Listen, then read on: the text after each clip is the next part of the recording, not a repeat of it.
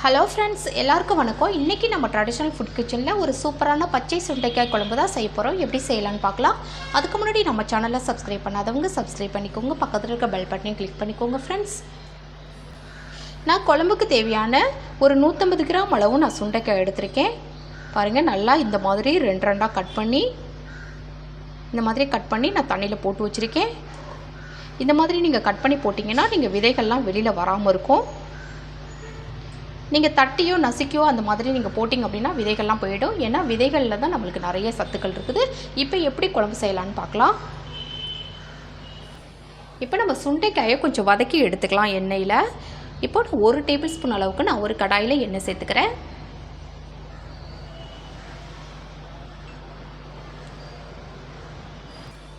இப்போ நம்ம கட் பண்ணி போட்ட சுண்டைக்காயெல்லாம் நல்லா தண்ணியை வடிகட்டிட்டு இந்த எண்ணெயில் சேர்த்துடலாம்.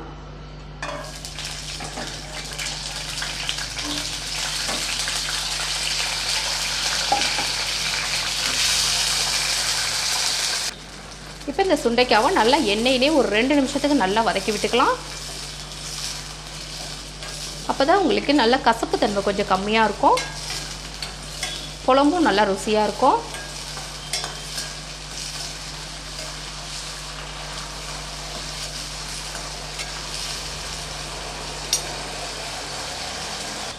இப்போ 2 நிமிஷம் நல்லா வதக்கி விட்டுட்டேன். ஓரளவுக்கு நல்லா வதங்கிடுச்சு. இப்போ இதை எடுத்து தனியாக வச்சுக்கலாம். உங்களுக்கே தெரியும், கொஞ்சம் கலர் மாறும்.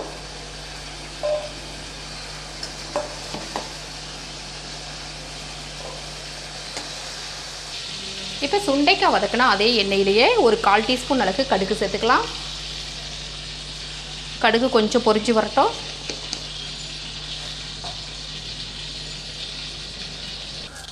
கடுகு பொரிய ஆரம்பிச்சிருச்சு. அதுலேயே ஒரு 1/2 டீஸ்பூன் அளவுக்கு வெந்தயம் சேர்த்துக்கலாம்.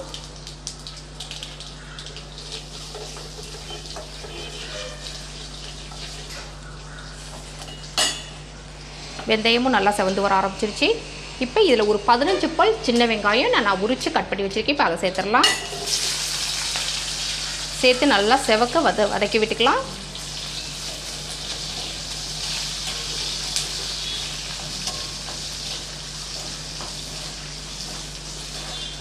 சின்ன வெங்காயம் சேர்த்து செய்யும்போது தான் உங்களுக்கு குழம்பு நல்லா ருசியாக இருக்கும்.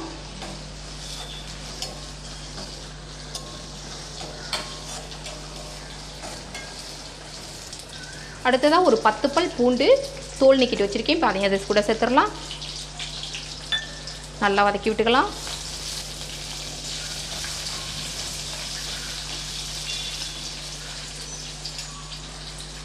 அடுத்ததாக 2 மீடியம் சைஸ் தக்காளி இந்த மாதிரி பேஸ்ட் அரைச்சி வச்சுருக்கேன். அதையும் சேர்த்துடலாம்.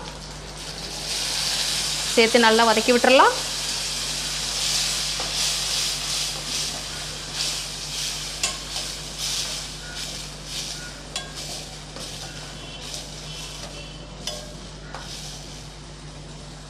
தக்காளி கொஞ்சம் வதங்கட்டும். இப்போ தக்காளி ஓரளவுக்கு நல்லா வதங்கிடுச்சு. இதில் ஒரு 1/4 டீஸ்பூன் மஞ்சள் தூள் சேர்த்துடலாம். 2 ஸ்பூன் அளவுக்கு மல்லித்தூள் சேர்த்துடலாம்.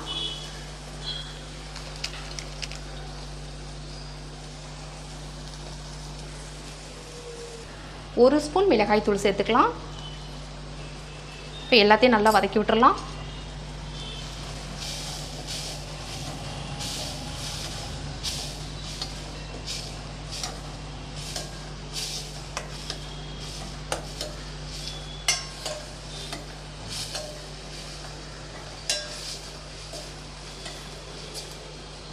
இப்போ நல்லா வதக்கி விட்டாச்சு.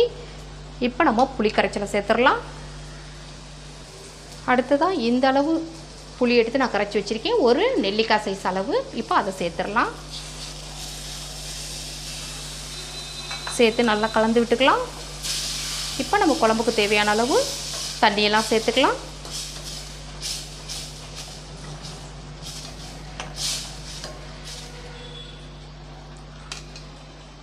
இப்போ குழம்புக்கு தேவையான அளவு தண்ணி சேர்க்குறேன்.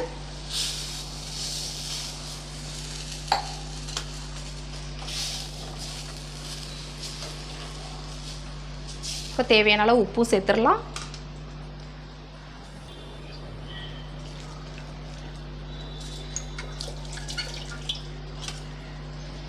நல்லா கலந்து விட்டுறலாம். இதை ஒரு 5 நிமிஷம் நல்லா கொதிக்க விடலாம். இதில் கொஞ்சமாக பெருங்காயத்தூள் சேர்த்துக்கலாம்.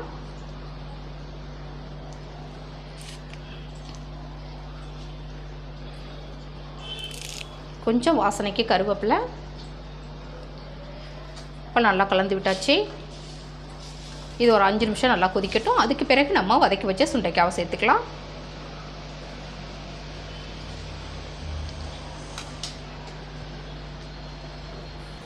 குழம்பு நல்லா 5 நிமிஷம் நல்லா கொதிச்சிருச்சு. இப்போ நம்ம வதக்கி வச்ச சுண்டைக்காவை சேர்த்துடலாம்.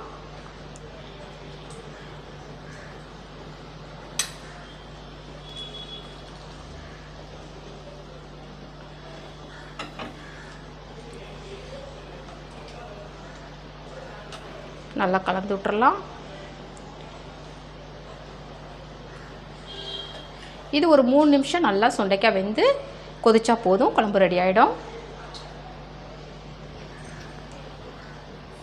இப்போ சுண்டைக்காய் சேர்த்து குழம்பு நல்லா 3 நிமிஷம் நல்லா கொதிச்சிருச்சு.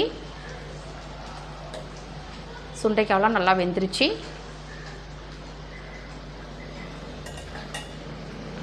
இப்போ இதில் ஒரு 1/2 டீஸ்பூன் அளவுக்கு வெல்லம் சேர்த்துக்கலாம். இது ஆப்ஷன் தான், வேணும்னா சேர்த்துக்கலாம். சேர்த்து நமக்கு நல்லா புளிப்பு காரம் எல்லாமே சமமாக இருக்கும். இப்போ நல்லா கலந்து விட்டுறலாம்.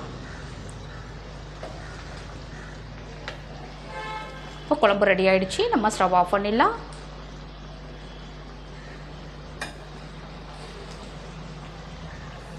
பாருங்கள், சூப்பரான சுண்டைக்காய் குழம்பு ரெடி ஆகிடுச்சு. இது மேலால் கொஞ்சமாக கருவேப்பிலை நம்ம இந்த மாதிரி கிள்ளி போட்டுக்கலாம். நல்ல வாசனையாக இருக்கும். பாருங்கள் எவ்வளோ சூப்பராக இருக்குன்ட்டு.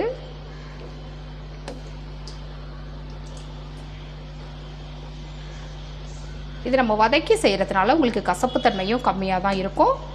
உடம்புக்கு ரொம்ப ரொம்ப நல்லது சுண்டைக்காய்.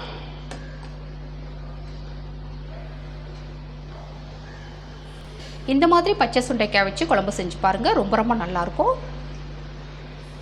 இந்த வீடியோ உங்களுக்கு பிடிச்சிருந்துச்சுன்னா மறக்காமல் உங்கள் ஃப்ரெண்ட்ஸுக்கெல்லாம் ஷேர் பண்ணுங்கள், லைக் பண்ணுங்கள். நம்ம சேனலை சப்ஸ்கிரைப் பண்ணி சப்போர்ட் பண்ணுங்கள் ஃப்ரெண்ட்ஸ். தேங்க்யூ.